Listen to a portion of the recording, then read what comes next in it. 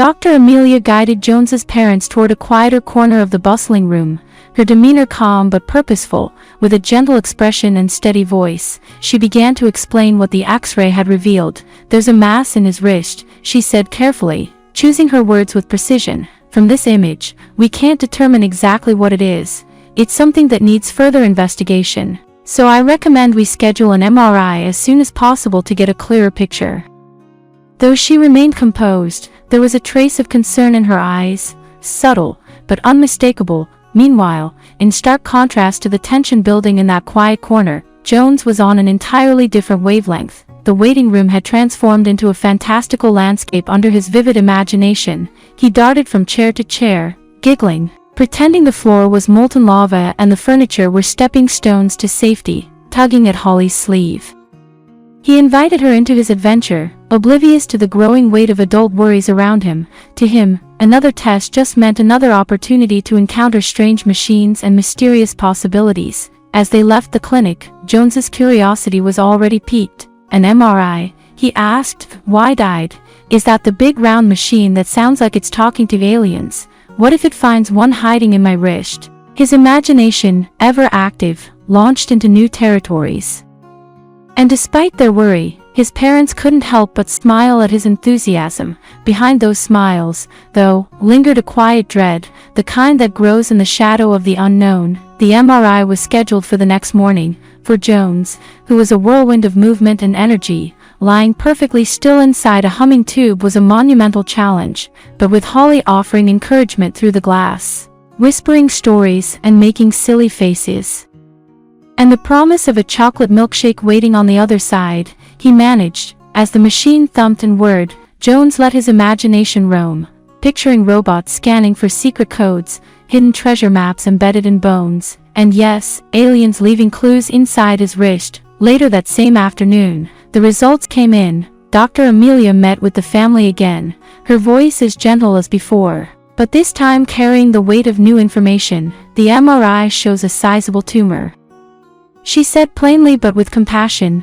"It's pressing against the bones and surrounding tissue, which explains the discomfort he's been feeling. The reassuring news is that, based on the imaging, it appears to be benign, non-cancerous, though we'll need a specialist to make that official and discuss treatment options." Jones's parents listened in silence, their expressions slowly shifting as the reality settled in. The word tumor echoed in their minds like a sharp chime. Impossible to ignore. The idea that their joyful, fearless little boy could be facing something so serious was almost too much to process. They were soon referred to Dr. Marcus, a respected pediatric oncologist known as much for his medical expertise as for his warm, approachable nature. He welcomed them into his office like old friends, setting an immediate tone of calm. After reviewing the scans in detail, he confirmed Dr. Amelia's assessment. "Yes, it appears to be a benign tumor," he said, his voice steady and reassuring. "That's good news. However, given its size and location, we'll need to surgically remove it. It's putting pressure on vital areas, and we want to prevent any future complications." While the adults discussed the surgical plan, Jones remained at the table nearby, focused on drawing a comic book version of his own wrist, complete with a glowing core and dramatic lightning bolts. Hearing the talk of surgery, he looked up with excitement rather than fear. "So, we're going ahead with the alien extraction?" he asked with a grin. Dr. Marcus laughed gently. "Something like that," he replied. That evening, Holly stepped into her new role as Jones's biggest cheerleader. She handed him a drawing she'd made, a superhero version of him, cape fluttering, a brilliant glow radiating from his wrist, confidence beaming from his eyes. "This is you after the surgery," she said with a smile. Even cooler than before, Jones took a long look at the image, nodded thoughtfully, then announced, "Then I need a superhero name. How about Captain Comeback?" On the morning of the procedure, the hospital buzzed with its usual routine, but for Jones's family, the world felt momentarily paused. As the nurses gently prepared him for surgery, his parents stayed close, holding his hands just a little tighter than usual, sensing the heaviness in the room but determined to lighten it. Jones looked around and declared, "Guess I'm going to be famous after this. Maybe they'll even make an action figure of me." He didn't notice the tears quietly forming in his mother's eyes, or the way his father's hands trembled ever so slightly as they let go. What Jones saw, and what he gave was light, humor, and an unshakable sense of courage. Jones, meanwhile, was completely unfazed. To him, this was just another fascinating detour in his day. The idea of seeing another cool science machine, as he put it, thrilled him. Does it make space noises? He asked eagerly. Will I get to see inside my bones again? But the excitement quickly gave way to a sobering reality. When the MRI results returned, they revealed what everyone had hoped wouldn't be true. A sizable tumor nestled deep within the intricate structure of Jones's wrist.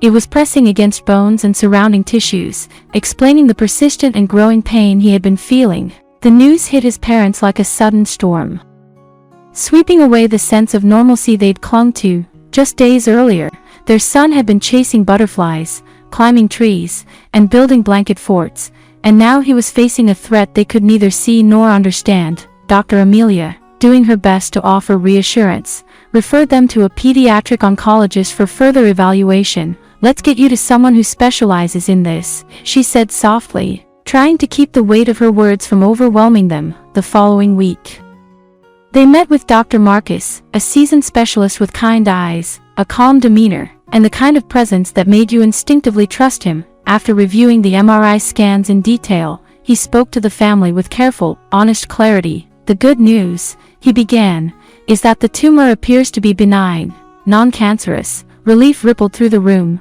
releasing a breath everyone had been holding. But then came the caveat. However, it is fairly large, and its position is putting pressure on several important structures in the wrist. To prevent long-term damage, we'll need to surgically remove it. Jones, always full of curiosity, sat up straighter. So, what kind of tools do you use? Will I be asleep? Will there be stitches? Can I keep a picture of it? He asked in rapid succession. His questions weren't driven by fear, but by a genuine fascination with how everything worked. Even Dr. Marcus chuckled, impressed by his inquisitiveness. Wanting to keep her cousin's spirits high, Holly got to work. That night, she presented him with a drawing, a superhero with a glowing wrist, a bright emblem on his chest, and a cape fluttering dramatically behind him. This is you after the surgery, she said, handing it to him like a medal of honor. You're going to be even stronger. The morning of the surgery arrived, and with it came a nervous energy. Jones was dressed in a hospital gown several sizes too big, his small frame nearly lost in the fabric. But he didn't let the nerves show. As the nurses prepped him for the procedure, he grinned and declared, "Looks like I'm the star of the show today." His lightheartedness lifted the weight in the room, even as his parents stood quietly by, their hearts pounding with fear and hope. The operation was both delicate and intense. Dr. Marcus and his team worked with careful, practiced precision, navigating the dense network of bones, nerves, and tendons within Jones's wrist. The tumor was even larger than they'd expected, nearly the size of a plum, and its location made removal particularly complex. But the surgical team moved as one, calm and focused, and after several painstaking hours, the tumor was successfully extracted. Dr. Marcus emerged from the operating room with a calm smile. The surgery went smoothly, he told Jones's anxious parents. The tumor is out, and we were able to avoid damage to the surrounding structures. The wave of relief that crashed over them was overwhelming. Their son was safe. The worst was over. Jones awoke groggily in the recovery room, his eyelids fluttering open as he adjusted to the light. His first words made everyone laugh through tears. "Did I get the robot arm?" he mumbled. His dad leaned in, smiling through misty eyes. "Not quite, buddy, but you're still our superhero." The days that followed were filled with rest, quiet healing, and small victories. Though Jones's wrist remained sore and wrapped in bandages, the constant ache that once disrupted his every movement was gone. Emotionally, too, the house felt lighter, no longer shadowed by the unknown. Holly continued to be his ever-present sidekick. She brought over comic books, invented new games when boredom set in, and even created a superhero rehab chart, complete with progress stickers and power-up levels. She gently helped him stretch his fingers and wiggle them again, turning each therapy session into a mission for Captain Comeback, as Jones now liked to call himself. Week by week, Jones regained strength. At first, he could grip a spoon without wincing, then came small toys, then a baseball. Finally, as flexibility returned and pain faded, he and Holly began construction on their most ambitious backyard project yet, a towering, multi-level fort made from old wood, ropes, and endless imagination. To anyone else, it might have looked like a ramshackle assembly of crates and branches, but to Jones and Holly, it was a castle, a rocket ship, a fortress, and above all, a monument, a symbol of their courage, their bond, and everything they had overcome together. They named it proudly, Hero Base Alpha, and in the years to come. Whenever Jones looked back on that time, he didn't only remember the scans, the surgery, or the hospital visits. He remembered how he faced fear with laughter, asked questions instead of hiding, and leaned into love and imagination to find strength. He hoped his story would remind others, kids and grown-ups alike, that even when life throws its scariest challenges your way, you don't have to face them alone. And sometimes, the bravest heroes are the ones with scars, smiles, and stories to tell, because courage isn't always loud.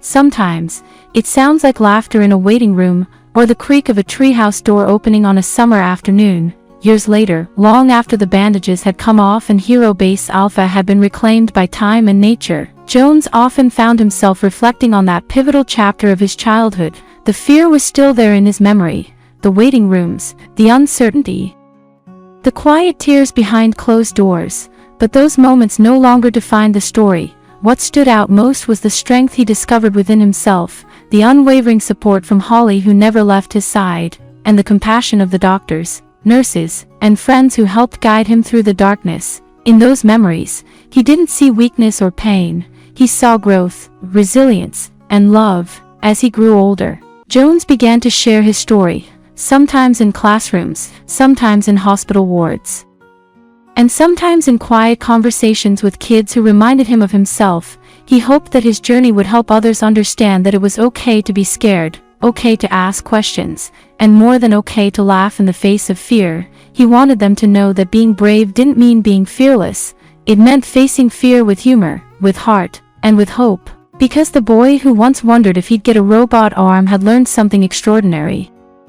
That true heroes aren't defined by superpowers or costumes, but by how they rise when life tries to knock them down. Sometimes, the most remarkable heroes are the ones who carry scars instead of shields, stories instead of swords, and choose, again and again, to keep shining.